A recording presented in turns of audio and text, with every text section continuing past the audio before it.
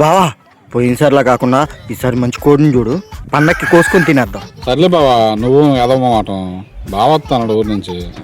మర్చిపోవాకు. బావా మా బావ వచ్చేసాడు. ఈడొచ్చాడుగా నన్నేం పట్టించుకుంటాడు. రా బావా, వచ్చి కూర్చో. ఏరా బాగున్నావా? నువ్వు వచ్చావుగా, ఇంకేం బాగుంటానులే. ఏం బావా, ఏం సంగతి? మా అన్నయ్య అమరావతిలో 2 ఎకరాల పొలం కొన్నా బా, కారు కూడా కొన్నా. రేయ్ మీ ఆవిడోళ్ళ చెల్లికి ఈ సైజు ఉంటుంది, వడ్డానం కూడా చేపించా. నువ్వు నీ డాబు కబుర్లు, నీలాంటి వాడు అక్కడ ఉంటే చాలు సంసారాలు సంకనాగిపోతాయి. నిన్ను చేసుకున్నందుకు మా చెల్లి చాలా అదృష్టమంతురాలు బావా.